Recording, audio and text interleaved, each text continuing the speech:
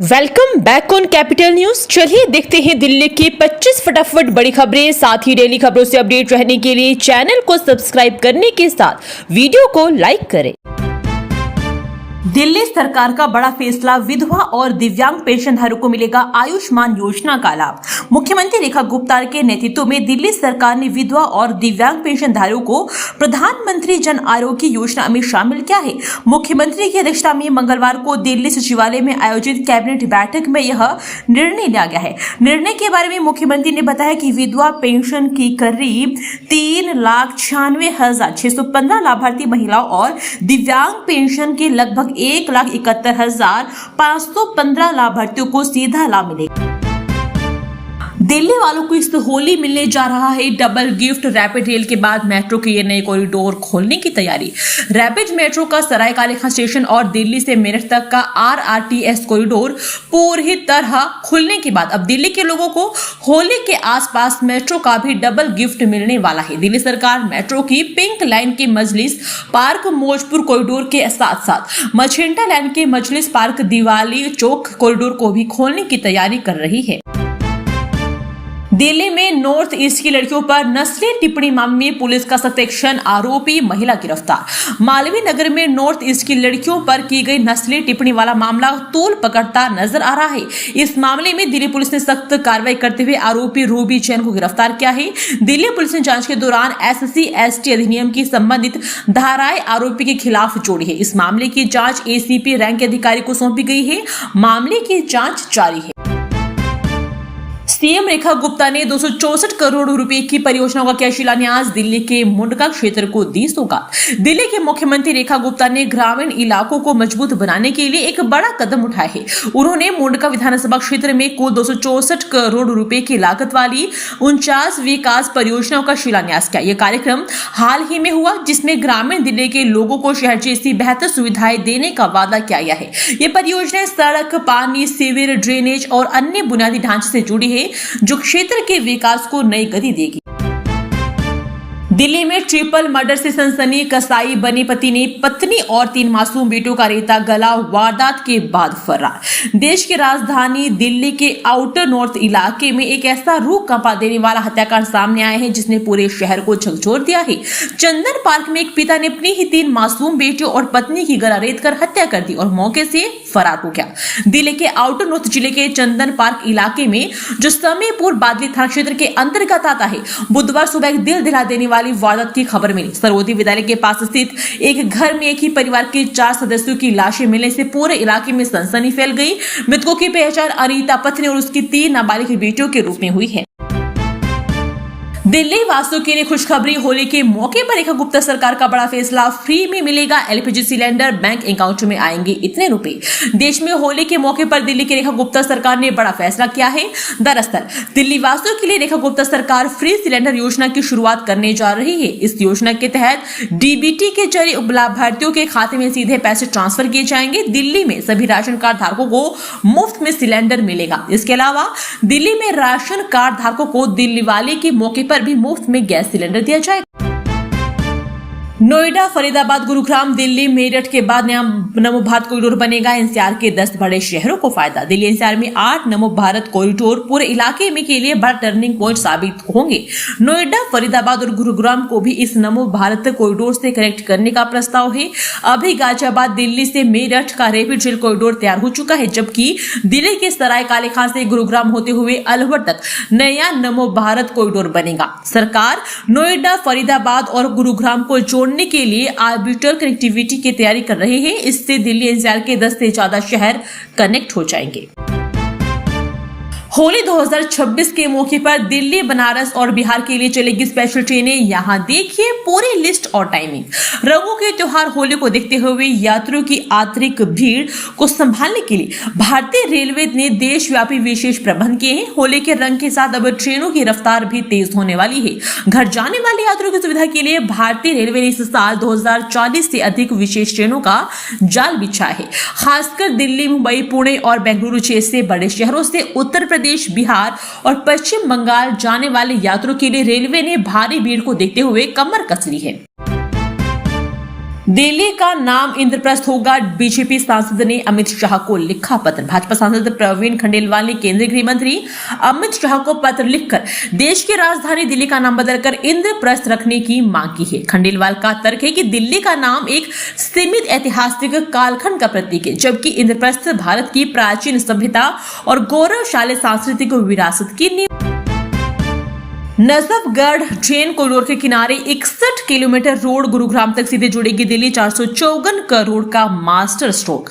राजधानी की ट्रैफिक समस्या को कम करने और गांव को शहर से सीधा जोड़ने के लिए मुख्यमंत्री रेखा गुप्ता ने बड़ा फैसला किया है। उनकी अध्यक्षता में हुई वित्तीय व्यय समिति की बैठक में नजफगढ़ ट्रेन के दोनों किनारों पर 2 लेन सड़क बनाने की महत्वाकांक्षी परियोजना को मंजूरी दे दी गई है। इस पर करीब 453.95 करोड़ रुपए खर्च होंगे। रामदेव को एचसी से पर्सनैलिटी राइट्स का कवच, इमेज के गलत use, AI deep fake video पर रोक। दिल्ली हाईकोर्ट ने बाबा रामदेव के नाम, आवाज और चेहरे की बिना इजाजत इस्तेमाल पर पूरी तरह रोक लगा दी है। अदालत ने साफ किया है कि एआई और डीप फेक तकनीक के जरिए उनके व्यक्तित्व का गलत इस्तेमाल करना उनकी साख को नुकसान पहुंचाता है। अदालत ने सोशल मीडिया प्लेटफॉर्म्स को ऐसे आपत्तिजनक कंटेंट हटाने को भी कहा है जिनमें उसको दूसरे और गलत लोगों को दवाओं या उत्पादों का प्रचार करते हुए दिखाया गया है। अदालत ने कहा है कि बिना अनुमति रामदेव की पहचान का कमर्शियल इस्तेमाल उनके अधिकारों का उल्लंघन है। शिक्षा विभाग के एक वरिष्ठ अधिकारी के अनुसार इस टैब के माध्यम से अभिभावक स्कूल फीस से संबंधित शिकायत दर्ज कर सकते हैं, उसकी स्थिति ट्रैक कर सकते हैं और फीस रिव्यू कमेटी को सीधे ईमेल भी भेज सकते हैं। राजधानी के सरकारी स्कूल में पढ़ने वाले छात्र अब शिक्षा विभाग की वेबसाइट पर एक क्लिक में मॉक टेस्ट और प्रश्न बैंक की सुविधा पा सकेंगे। विभाग ने अपनी आधिकारिक वेबसाइट को नया रूप देते हुए उपयोगी फीचर जोड़े हैं। वेबसाइट पर अब CUET के विभिन्न विषयों के प्रश्न पत्र, मॉक टेस्ट, मेंटल मैथ्स, प्रश्न बैंक और कक्षा 3 से 12वीं कक्षा तक की वर्कबुक उपलब्ध करवाई गई है ताकि छात्र परीक्षा की बेहतर तैयारी कर सके। अभिभावकों के लिए फीस रिव्यू नाम से नया सेक्शन शुरू किया गया है। शिक्षा विभाग के एक वरिष्ठ अधिकारी के अनुसार इस टैब के माध्यम से अभिभावक स्कूल फीस से संबंधित शिकायत दर्ज कर सकते हैं, उसकी स्थिति ट्रैक कर सकते हैं और फीस रिव्यू कमेटी को सीधे ईमेल भी भेज सकते हैं। दिल्ली में नफरत और भेदभाव की कोई जगह नहीं, नॉर्थ ईस्ट की युवतियों से मिली सीएम रेखा गुप्ता, मिला फुल सपोर्ट। दिल्ली की मुख्यमंत्री रेखा गुप्ता ने मालवीय नगर में अरुणाचल प्रदेश की 3 महिलाओं के साथ हुए नस्ली दुर्व्यवहार की कड़ी निंदा की है। उन्होंने पीड़ितों से मुलाकात कर उन्हें पूरा समर्थन देने का आश्वासन दिया। कैंपस में विरोध प्रदर्शनों पर लगे बैन के खिलाफ दिल्ली एसपी पहुंचा ड्यू छात्र, अदालत ने जारी किया नोटिस। दिल्ली हाईकोर्ट ने दिल्ली विश्वविद्यालय में 1 महीने के लिए विरोध प्रदर्शनों पर लगे प्रतिबंध को चुनौती देने वाली याचिका पर जवाब मांगा है। अदालत ने विश्वविद्यालय के छात्र उदय भदौरिया द्वारा दायर याचिका पर नोटिस जारी कर जवाब मांगा है। याचिका में यूजीसी के समानता नियमों के समर्थन में हुए विरोध प्रदर्शन के दौरान हुई झड़पों के मद्देनजर 17 फरवरी को प्रॉक्टर कार्यालय द्वारा जारी सूचना को चुनौती दी गई है। एयर इंडिया हादसे की जांच रिपोर्ट को लेकर PIL खारिज। दिल्ली एससी ने कहा एक्सपर्ट्स पर ही छोड़े उनका काम। दिल्ली हाईकोर्ट ने एयर इंडिया विमान दुर्घटना की प्रारंभिक जांच रिपोर्ट को कम महत्व देने की मांग वाली जनहित याचिका खारिज कर दी है। अदालत ने इसे अत्यंत भ्रामक बताया। दिल्ली में लॉरेंस बिश्नोई की वकील पर फायरिंग, कार सवार 5 में से 1 युवक घायल, जांच में जुटी पुलिस। मंगलवार रात दिल्ली के कश्मीरी गेट में एक कार पर फायरिंग हुई जिसमें सवार 5 लोगों में से 1 घायल हो गया। कार में वकील दीपक खत्री थे जो गैंगस्टर लॉरेंस बिश्नोई की लीगल टीम का हिस्सा होने का दावा करते हैं। 2-3 हमलावरों ने घटना को अंजाम दिया और फरार हो गए। घायल व्यक्ति की हालत स्थिर है। पुलिस मामले की जांच कर रही है। हालांकि कुछ रिपोर्ट्स में उन्हें बिश्नोई का वकील बताया गया है। पुलिस ने बताया है कि 2 या 3 हमलावरों ने फायरिंग की। घटना के बाद हमलावर फरार हो गए। वहीं घायल व्यक्ति की हालत स्थिर है और जांच जारी है। पुलिस ने इस संबंध में केस कर जांच शुरू कर दी है। क्षतिपूर्ति शुल्क के स्थानांतरण पर एनजीटी ने डीजीपीसीसी पर लगाया 50,000 रुपए का जुर्माना। नेशनल ग्रीन ट्रिब्यूनल ने दिल्ली प्रदूषण नियंत्रण समिति पर 50,000 रुपए का जुर्माना लगाया है। यह जुर्माना वन एवं वन्यजीव विभाग को क्षतिपूर्ति शुल्क स्थानांतरित करने में अत्यधिक देरी के कारण लगाया गया है। डीपीसीसी ने नीलोठी गांव की अवैध पत्थर जोड़ने वाली इकाइयों से छात्र 8 रुपए स्थानांतरित करने की थी जिनका उपयोग वृक्षारोपण के लिए होना था। एनजीटी ने डीपीसीसी के बहाने अस्वीकार करते हुए इसे आदेशों का उल्लंघन बताया। अतिक्रमण और व्यवस्था के बीच आतंकी हमले की धमकी ने बढ़ाई चांदनी चौक की चिंता, व्यापारियों ने की सुरक्षा की मांग। लश्कर ए तैयबा की आतंकी धमकी ने चांदनी चौक की चिंता बढ़ा दी है। खासकर लाल किला, लाल जैन मंदिर और गौरी शंकर मंदिर को निशाना बनाने की बात कही गई है। पिछले हमले के बाद भी अतिक्रमण और अव्यवस्था बरकरार है, जिससे सुरक्षा जोखिम बढ़ गया है। स्थानीय व्यापारियों ने तत्काल अतिक्रमण हटाने और सुरक्षा बढ़ाने की मांग की है। दिल्ली में राष्ट्रीय विज्ञान दिवस पर विज्ञान उत्सव, बच्चों के लिए विज्ञान का अद्भुत मेला। दिल्ली में 28 फरवरी को राष्ट्रीय विज्ञान दिवस पर विज्ञान उत्सव आयोजित होगा। नेहरू तारामंडल और प्रधानमंत्री संग्रहालय द्वारा 3 मूर्ति भवन में यह निःशुल्क कार्यक्रम बच्चों को विज्ञान को किताबों से बाहर निकलकर खेल, कहानियों और वर्चुअल यात्राओं के माध्यम से सिखाएगा। इसमें robotics, VR, space travel, interactive प्रयोग और टेलीस्कोप के आकाश दर्शन जैसी गतिविधियां होगी, जिससे विज्ञान रोचक और प्रेरणादायक बनेगा। पंजीकरण आवश्यक है।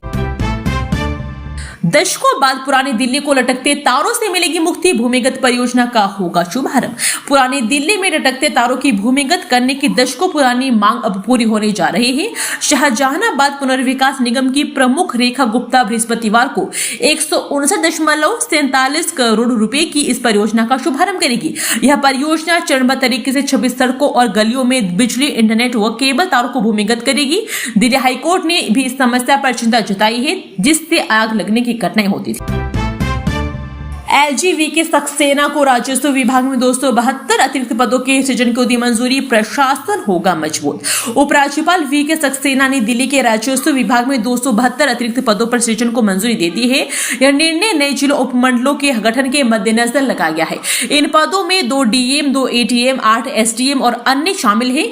इससे फिर प्रशासन मजबूत होगा, कर्मचारियों की कमी दूर होगी और नागरिकों को बेहतर सेवाएं मिलेगी। दिल्ली में अब 13 जिले और 39 उपमंडल होंगे। दिल्ली का बजट सत्र मार्च के तीसरे सप्ताह में शुरू होने की संभावना, स्पीकर विजेंद्र गुप्ता ने दिए संकेत। दिल्ली विधानसभा का बजट सत्र मार्च के तीसरे सप्ताह में शुरू हो सकता है। स्पीकर विजेंद्र गुप्ता ने यह संकेत दिया है। उन्होंने असेंबली को बम से उड़ाने की धमकी को अजीब घटना बताया है और सुरक्षा बढ़ाने के निर्देश दिए हैं। उन्होंने कहा कि असेंबली सेक्रेटरी ने दिल्ली पुलिस कमिश्नर को असेंबली और खुद की सिक्योरिटी बढ़ाने का निर्देश दिया है। उन्होंने कहा कि प्रिविलेज कमेटी ने हाउस में बेअदबी की घटना के जवाब में 27 फरवरी को पंजाब के अधिकारियों को बुलाया है और पुलिस चीफ को उस दिन भी सिक्योरिटी बढ़ाने के लिए कहा गया है। होली पर दिल्ली के रेलवे स्टेशनों पर प्लेटफॉर्म टिकट की बिक्री बंद, रेलवे ने क्यों लिया यह फैसला? होली के दौरान दिल्ली के प्रमुख रेलवे स्टेशनों पर 26 फरवरी से 3 मार्च तक प्लेटफॉर्म टिकट की बिक्री पर अस्थायी रोक लगा गई है। नॉर्दर्न रेलवे ने भीड़ प्रबंधन के लिए यह फैसला लिया है। सीनियर सिटीजन, दिव्यांग, बीमार लोगों और महिला पैसेंजर की मदद के लिए स्टेशन आने वाले लोगों को इससे छूट दी गई है। उन्होंने कहा कि स्टेशनों में एंट्री फीस एंट्री गेट से ही होगी और पैसेंजर को सलाह दी जाती है कि वे भीड़ से बचने के लिए समय पर स्टेशन पहुंचे। दिल्ली में पहला ग्रीन वेस्ट प्रोसेसिंग प्लांट शुरू, हर जिले में बागवानी कचरे से बनेगी खाद। दिल्ली सरकार ने साइंटिफिक वेस्ट मैनेजमेंट की दिशा में कदम बढ़ाते हुए अपना पहला ग्रीन वेस्ट प्रोसेसिंग प्लांट शुरू किया है। PWD द्वारा निर्मित यह प्लांट सड़क किनारे के बागवानी कचरे को खाद में बदलकर ग्रीन प्रोजेक्ट्स में उपयोग करेगा। कैबिनेट मिनिस्टर ने कहा है कि पहल दिल्ली भर में RWS स्कूलों और लोकल लोगों की लंबे समय से चली आ रही चिंता को दूर करती है।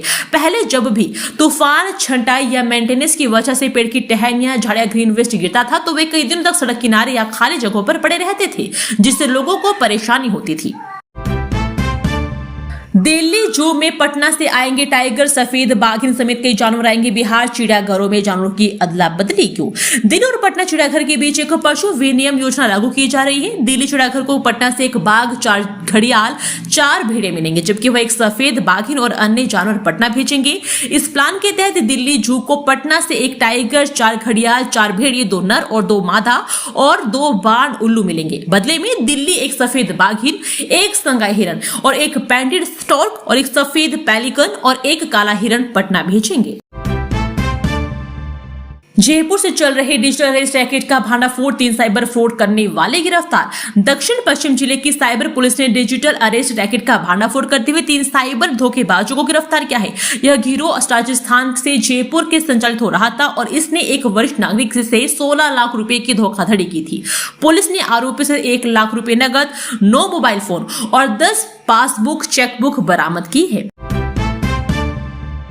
महिला आरक्षण के पक्ष में प्रदर्शन का मामला, अलका लांबा की अर्जी पर हाईकोर्ट ने पुलिस को जारी किया नोटिस। दिल्ली हाईकोर्ट ने पूर्व विधायक अलका लांबा की अर्जी पर पुलिस को नोटिस जारी किया है। इस अर्जी में लांबा ने अपने खिलाफ दर्ज एफआईआर को रद्द करने की मांग की है। यह मामला वर्ष 2024 में महिला आरक्षण के समर्थन में हुए एक विरोध प्रदर्शन से जुड़ा है। राउस एवेन्यू कोर्ट ने इस मामले में चार्जशीट पर संज्ञान लिया था। कोर्ट ने संज्ञान लेने के बाद अलका लांबा को समन जारी किया था। लांबा ने समन और एफआईआर को चुनौती देते हुए हाईकोर्ट का रुख किया है। उनकी याचिका में एफआईआर को पूरी तरह से रद्द करने की अपील की गई है।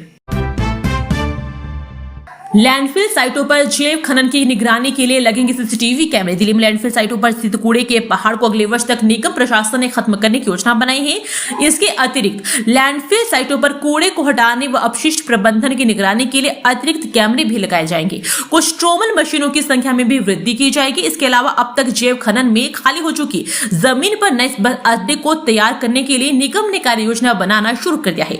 निगम के जनप्रतिनिधियों और वरिष्ठ अधिकारियों को बीते दिनों मुख्यमंत्री रेखा गुप्ता के साथ एक संबंध में विभिन्न बैठकें हुई।